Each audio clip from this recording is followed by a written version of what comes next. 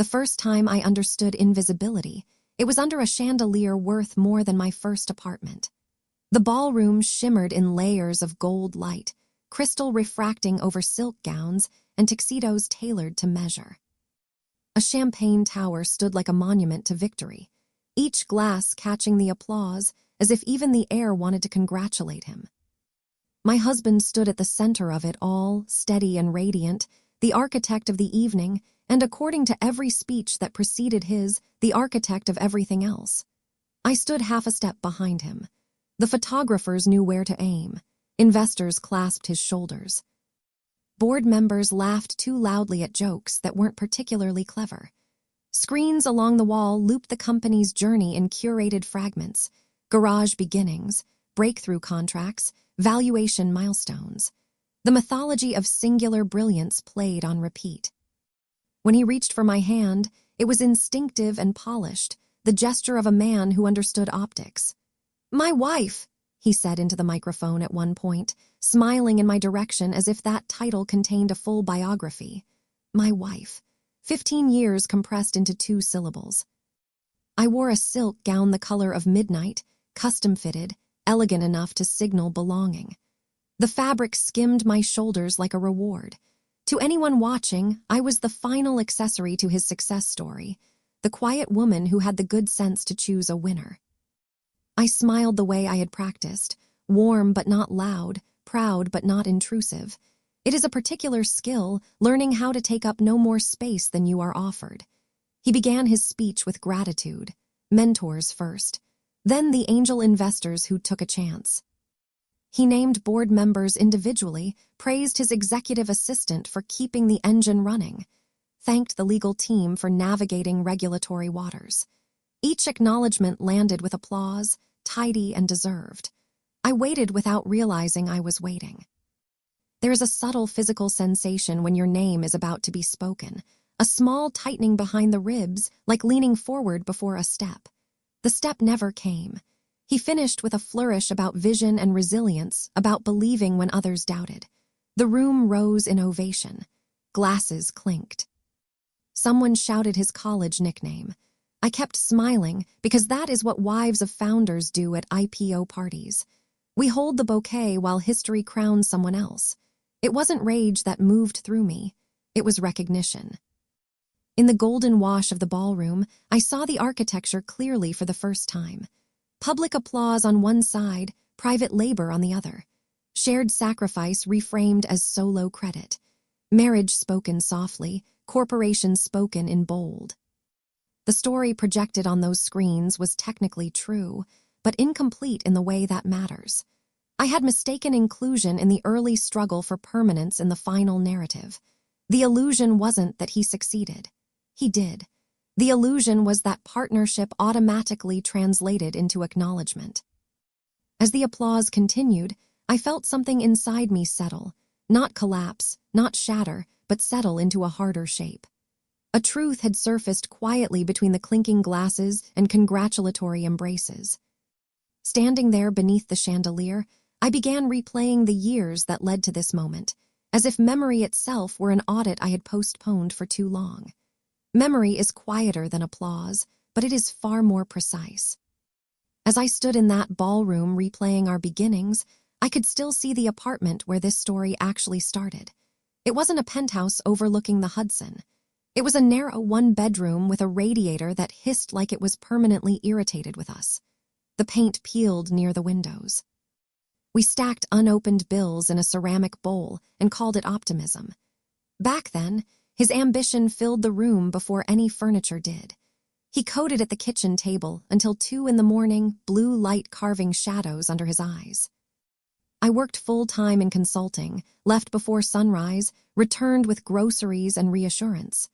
My salary paid the rent, the utilities, the health insurance. We told ourselves it was temporary.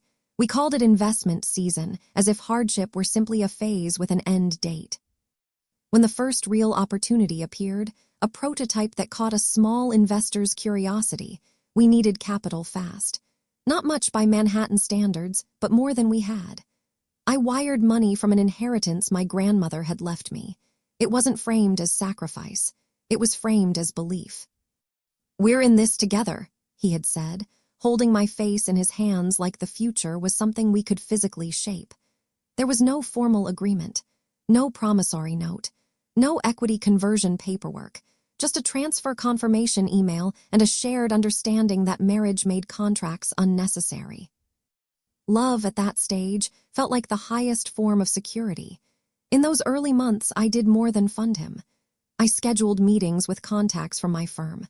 I edited pitch decks at midnight, smoothing language, anticipating investor objections. I hosted small dinners in our apartment, cooking pasta while pretending not to notice how intently the guests assessed him. I answered early customer emails when he was overwhelmed. I researched compliance requirements because neither of us could afford a full legal team yet. He used to introduce me then as my partner. Sometimes he joked that I was the real operations officer. We laughed about it. I believed visibility was implied. As traction grew, so did the paperwork. Advisors entered the picture. Corporate structures replaced kitchen table decisions. He began using terms like cap table and dilution.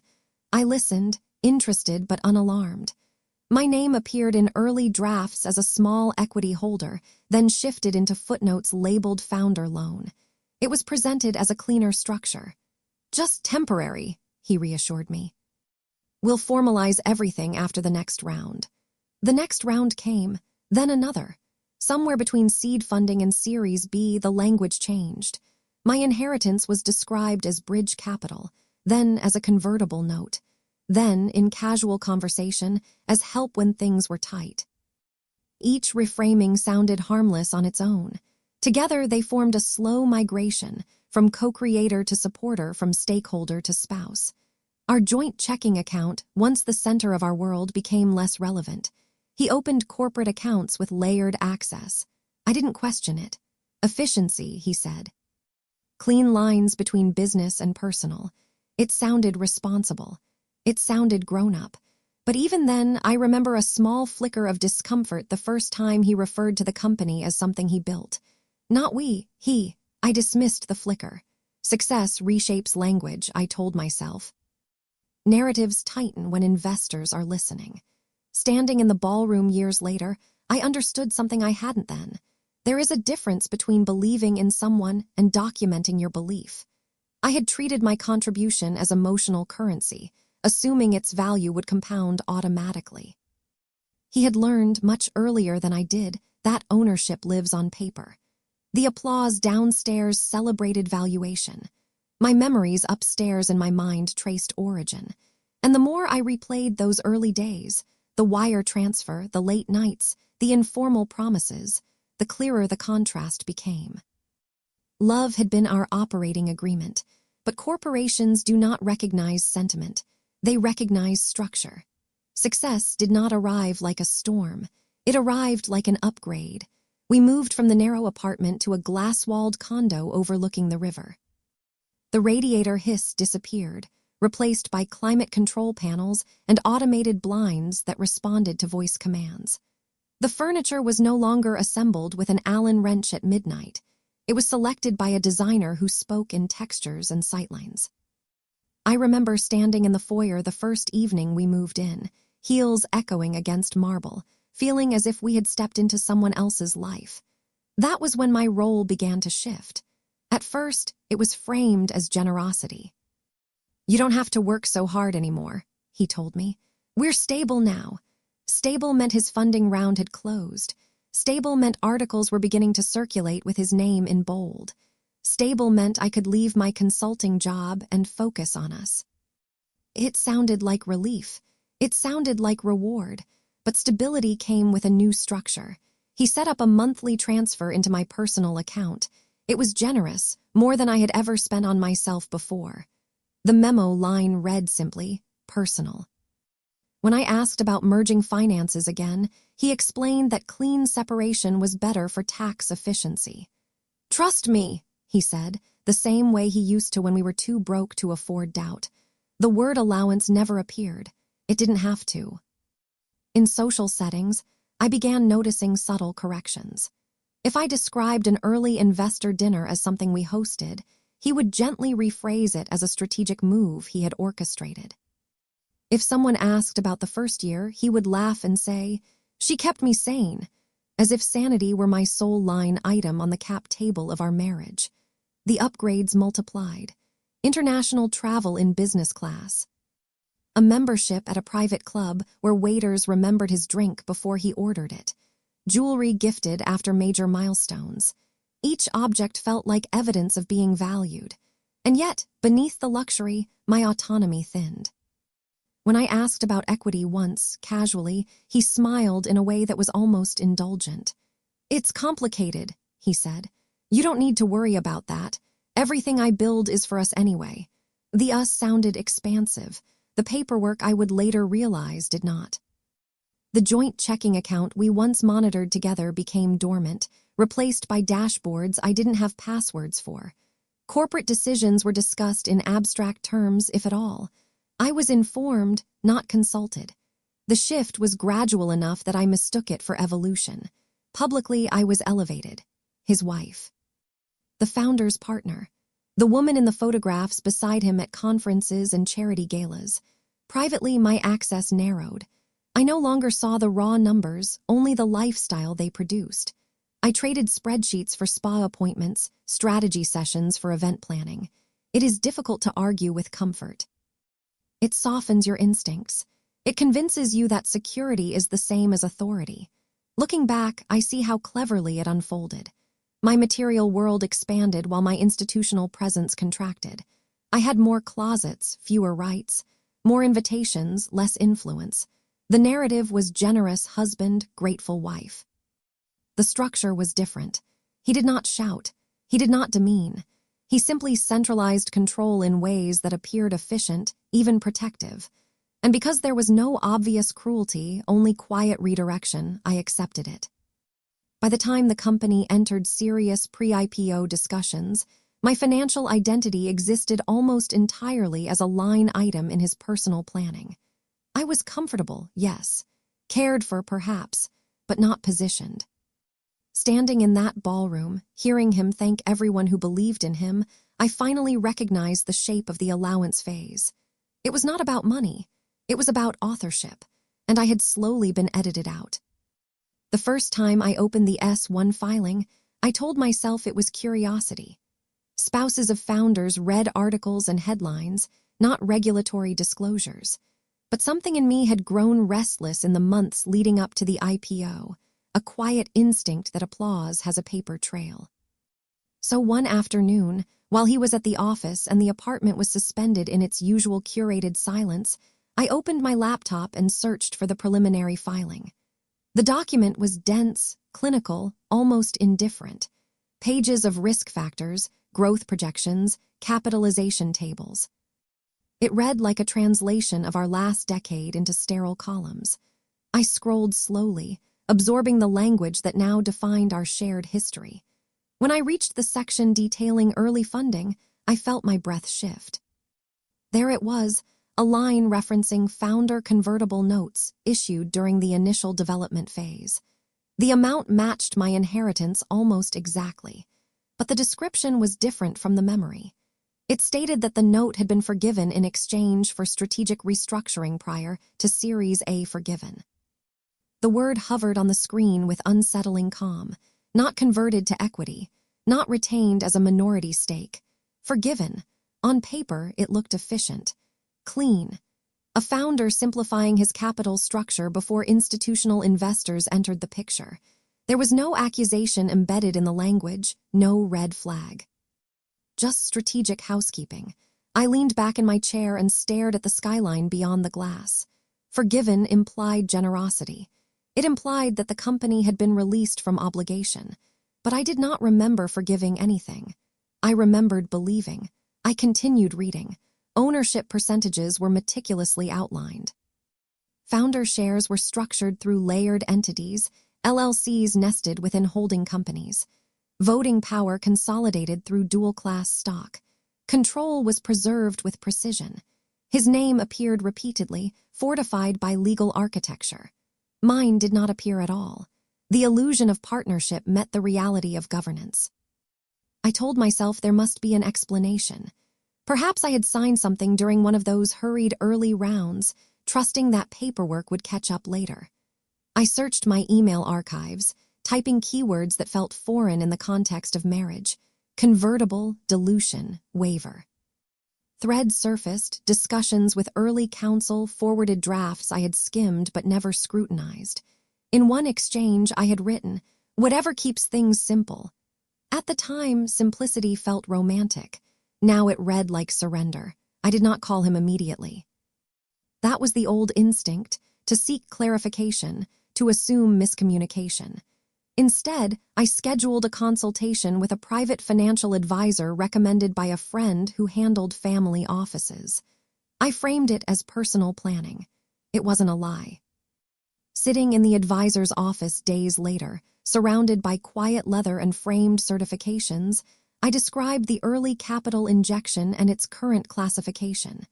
He listened without interruption, fingers steepled in practiced neutrality. When he spoke, his tone was measured. "It's not uncommon," he said. Founders often restructure early informal contributions before institutional money enters, especially when the contributor is a spouse. The especially lingered. He explained dual-class shares, voting asymmetry, the distinction between economic interest and control.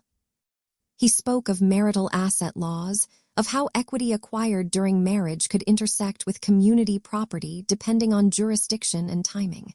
His words were not dramatic. They were analytical. And that was what unsettled me most. There was no villain in the room, no overt betrayal in the document.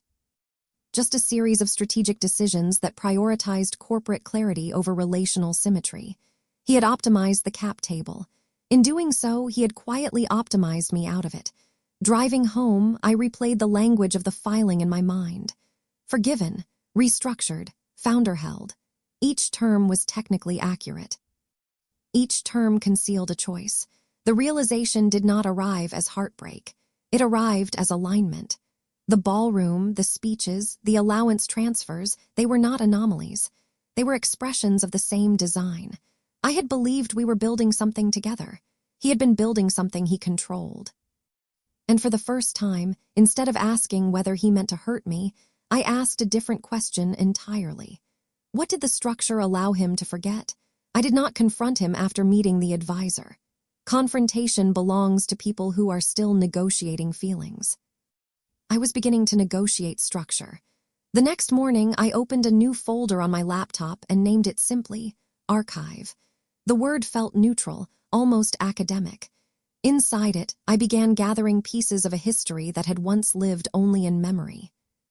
Bank transfer confirmations from my inheritance account. Early emails where he described my funds as our runway. Draft pitch decks with my tracked edits still embedded in the margins. Calendar invitations for investor dinners hosted in our first apartment. Each file was small on its own. Together, they formed a quiet ledger. I contacted a forensic accountant through the same advisor, careful to frame the engagement as personal financial review. In his office, minimalist, discreet, I laid out the timeline without embellishment. He asked for dates, amounts, jurisdictions. He did not ask how I felt. I appreciated that.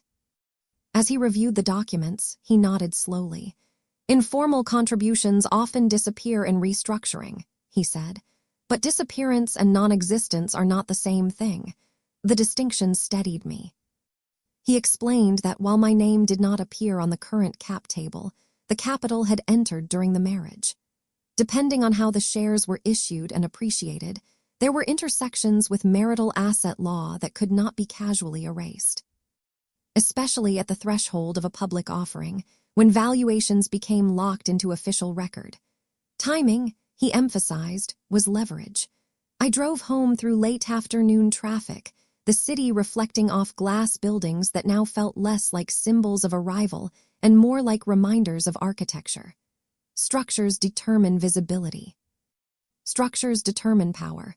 That evening, he spoke excitedly about final rehearsals for the IPO celebration, media confirmations, the guest list. I listened with a composure that surprised even me. I asked measured questions. I smiled at the appropriate moments. Internally, something fundamental had shifted. I was no longer seeking acknowledgement. I was assessing position. Over the next week, I retrieved physical documents from a storage box in the back of my closet, old notebooks where I had scribbled investor talking points, early drafts of company values written in my handwriting. I photographed everything, cataloged it, uploaded it securely. Not because I intended to wage war, but because clarity demands evidence. Memory is vulnerable. Metadata is not. I also reviewed our personal financial arrangements with new eyes. The monthly transfers labeled personal. The trust he had established in his own name with me listed as beneficiary. The absence of any formal equity assignment reflecting my original contribution. Each discovery felt less like a wound and more like a map. I did not hate him. That surprised me too. I understood the psychology of control well enough to see how ego and efficiency intertwine. As valuation increased, so did his need for authorship. Investors prefer singular vision. Markets reward clear hierarchy. Perhaps he had convinced himself that consolidating ownership simplified our lives, but simplification for him had meant invisibility for me. The invitation to the IPO party arrived embossed in gold, as if ceremony could sanctify everything beneath it. I held the card in my hand and felt a strange calm settle over me. The ballroom was not just a celebration. It was a stage. Public narratives harden quickly once spoken, especially on the eve of market debut. If history was about to be sealed in applause, I wanted to understand precisely where I stood before the seal set. By the time the night of the celebration approached, I no longer felt diminished. I felt informed. There is a difference. One shrinks you, the other sharpens you. He believed omission was harmless. I was beginning to see that omission is a strategy, and strategies can be answered. By the time we arrived at the ballroom that evening, I understood something I hadn't during the first speech rehearsal I had watched from our living room weeks earlier. Gratitude, when curated carefully, is a form of authorship. I had seen him practice. He stood near the windows overlooking the river, jacket off, sleeves rolled precisely to the midpoint of his forearms. He refined phrases about resilience, adjusted the order of acknowledgments, removed names that diluted the arc of solitary persistence. "The story has to be clean," he had said when I suggested including more of the early team. Investors like clarity. Clarity, I was beginning to realize, often meant compression. In the ballroom, as the applause faded and he stepped to the microphone, I watched the version of him the market preferred come fully online. Confident but humble, self-made but grateful.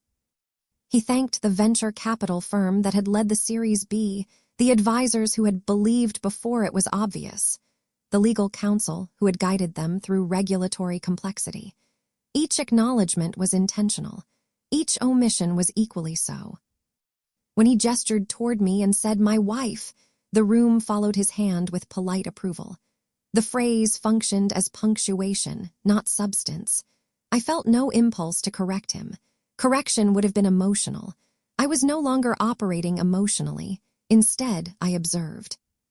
I observed how the narrative tightened around him, how the screens behind him displayed images of him alone at whiteboards, him alone on conference stages, him alone ringing the ceremonial bell in rehearsal footage.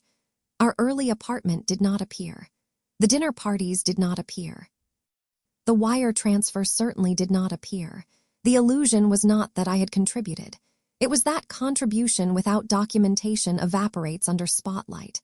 As the speech reached its crescendo, everyone who believed in me, I felt the room lean forward. Belief had become his brand. The applause returned, louder now, champagne glasses raised like proof of collective endorsement. In that sound, something crystallized inside me. He had not forgotten my name. He had deprioritized it. There is a difference. For a brief moment, the old instinct surfaced. Step back, let it pass, protect the celebration. But I had spent weeks studying structures. I understood timing now. Public narratives, once broadcast on the eve of an IPO, solidify into institutional memory. The absence of acknowledgement tonight would become precedent tomorrow. Silence in this room would not be humility. it would be consent. I did not interrupt him. I did not shift my expression. When he finished and the master of ceremonies thanked him again, I felt the calmest I had in months. Calm is often mistaken for passivity. In reality, it is preparation fully realized. I leaned toward the event coordinator during the applause and spoke softly, the way I had learned to in rooms where influence preferred discretion. I introduced myself properly. I mentioned that as his partner of 15 years, I would like to offer a brief toast. Not long, just personal. The coordinator hesitated for a fraction of a second, then nodded. Optics, after all, favor devotion. As another round of applause began and guests shifted in their seats, I felt the architecture of the evening adjust ever so slightly. The stage was no longer a monologue. It was about to become a record.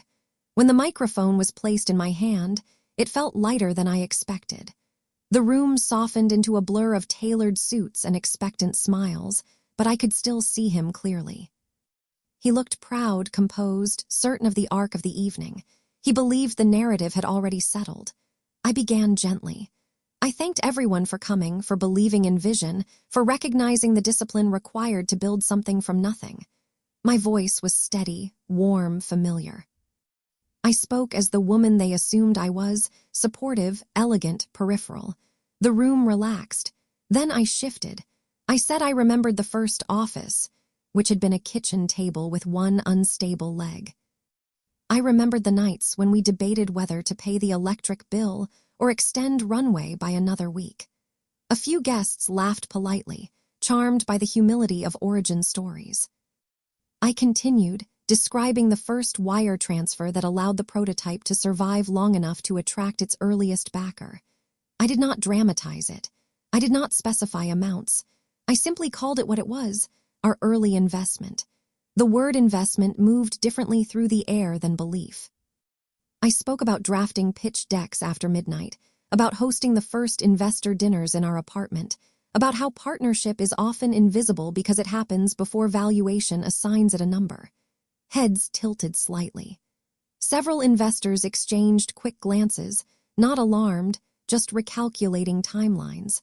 I never accused him of omission. I thanked him for teaching me the difference between loving someone's vision and securing your place within it. I framed it as growth, as education, as mutual evolution. I am proud, I said, that our earliest capital, financial and emotional, helped build something worthy of tonight. The word settled like a quiet correction. He maintained his smile, but I saw the subtle tightening at the corners of his eyes. Not anger, awareness. He understood language as well as I did. He knew I had not made a scene. I had made a record. I congratulated the team again, praised his leadership, and expressed gratitude for the journey. There was no hostility in my tone. That was the point. Hostility could be dismissed as drama. Composure could not. When I handed the microphone back, the applause returned, measured, thoughtful. It was not explosive, but it was attentive. The narrative had expanded by a single, undeniable detail. I stepped back beside him. Cameras flashed. From a distance, nothing appeared fractured. We were still the polished couple at the center of a milestone, but beneath the surface, the axis had shifted. I had not exposed documents. I had not threatened litigation. I had simply reintroduced context. Context is difficult to erase once spoken aloud. As guests approached to congratulate him again, a few now turned to me with new expressions, curiosity, recognition, respect recalibrated. One early investor clasped my hand and said, "I didn't realize you were there that early." I smiled. Most foundations are poured before anyone photographs the building. Beside me, my husband remained gracious, articulate, steady, yet I could feel the recalculation happening behind his composure. He understood what I had done. I had not undermined him publicly. I had reminded the room that the origin story was plural, and in rooms like this, plurality carries weight. The evening continued, music rising, champagne refilled, congratulatory embraces exchanged. But the air felt subtly different, as if a hidden ledger had been acknowledged without ever being opened. I did not need to win the room. I needed only to correct the omission. By the time the final toast concluded and guests began drifting toward the exits, the celebration remained intact. So did my dignity. The market would open in the morning, but tonight, authorship had quietly been renegotiated. The applause downstairs was still echoing faintly when we stepped into the private suite upstairs. The door closed with a soft, expensive click, sealing us inside a room designed for celebration. Floor-to-ceiling windows overlooked the city, lights flickering like applause that never ended. A bottle of champagne waited on ice. 2 glasses had already been poured. He didn't touch his. For a moment, neither of us spoke. The silence wasn't volatile. It was precise. He loosened his bow tie slowly, as if buying time with fabric. "Why would you do that tonight?" he asked finally. His voice wasn't raised. It was controlled, but beneath it I heard something new: uncertainty. "I didn't do anything," I said evenly. "I thanked you, I added context." He turned toward me fully then. "You blindsided me." I considered the word. "No," I replied. "I clarified history." The distinction hung between us. He ran a hand through his hair, the practiced confidence of the ballroom now slightly disassembled. "This was supposed to be clean," he said. "Investors don't need complexity." "Investors already have complexity," I answered. "They just prefer it documented." I walked toward the window, not to dramatize the moment, but because I wanted to look at something vast while we discussed something contained. "I read the S1, I continued. "I saw how the early note was classified." His posture shifted almost imperceptibly. "That was standard restructuring." "I'm sure it was," I said, "but standard doesn't mean invisible." I explained calmly what I had learned over the past weeks, the difference between forgiven and converted, the implications of shares issued during a marriage, the way valuation locks in narratives once public trading begins. I did not threaten divorce. I did not mention litigation. I spoke in the language he respected: structure, timing, governance. He listened more carefully than he ever had when I spoke about feelings. "You hired someone," he said quietly. "I educated myself," I corrected. There it was again, the shift from emotion to information. He had expected hurt, perhaps even tears. What he faced instead was comprehension. "I wasn't trying to erase you," he said after a long pause. "I know," I replied, and I did. "You were trying to optimize."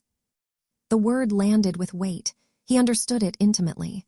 Optimization is neutral in business. It is not neutral in marriage. "You centralized control," I continued. "For efficiency, for clarity, for the market, but you also centralized authorship." He sat down slowly in one of the armchairs, the city lights reflecting off the glass behind him. For the first time that evening, he looked less like a founder and more like a man recalculating risk. "What do you want?" he asked. It was not accusatory. It was analytical.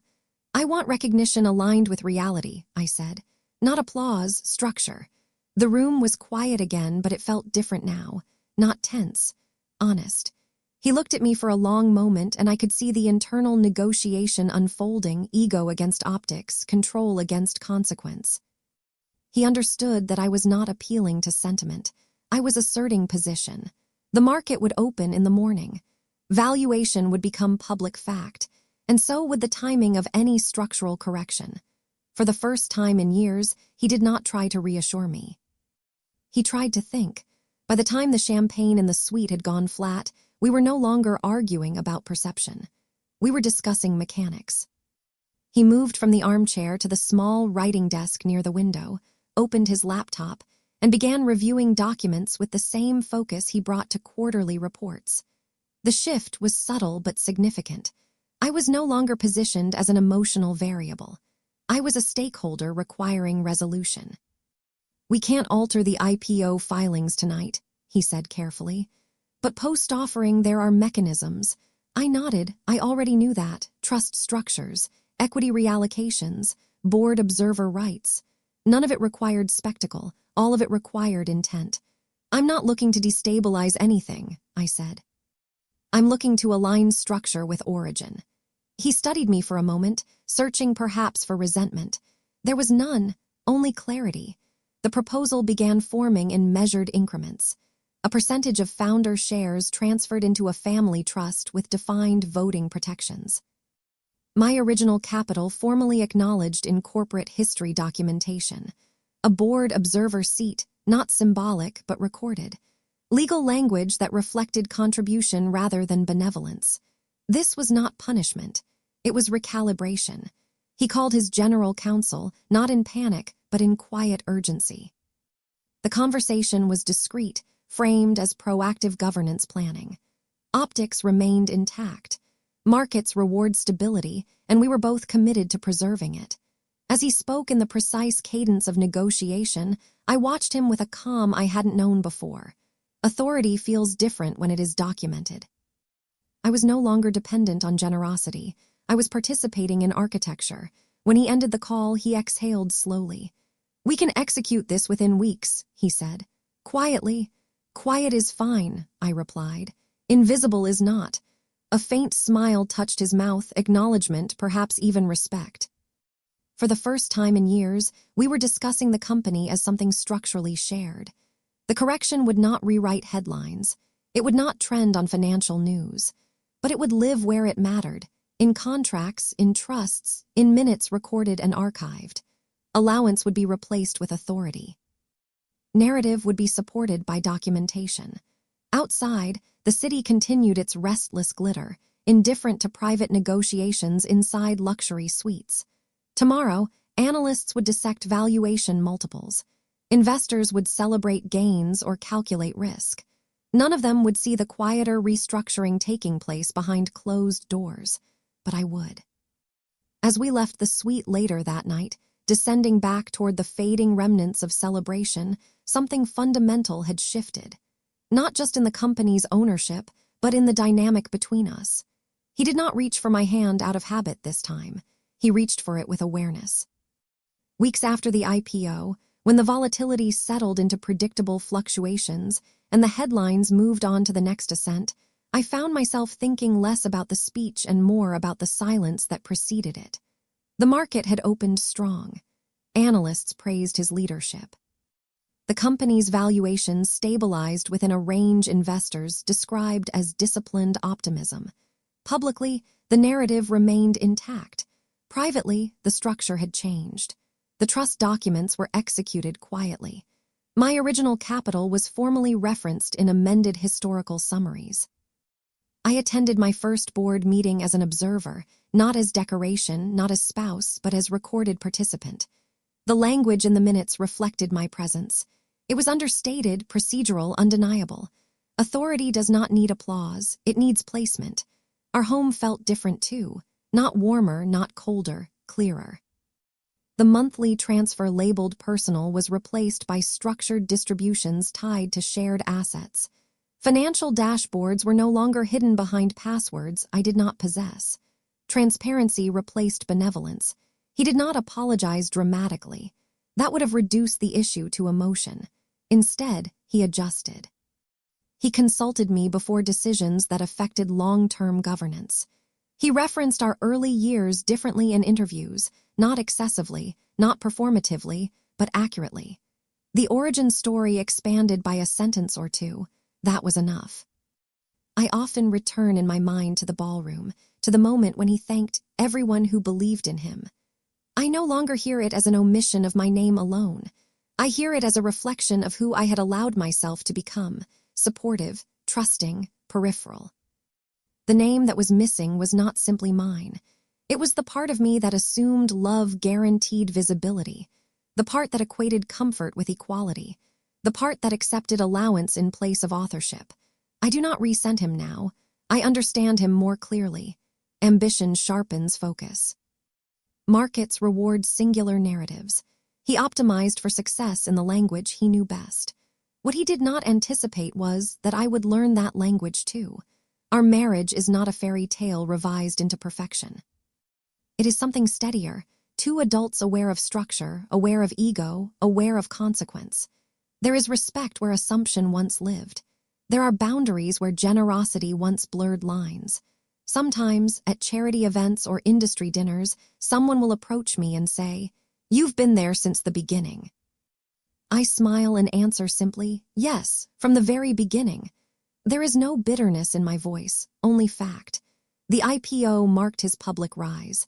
It marked my private return to clarity, to sovereignty, to authorship of my own position. I stand beside him still, but not half a step behind. And when he introduces me now, he uses my name first. It is a small adjustment in sound. It is a permanent correction in structure.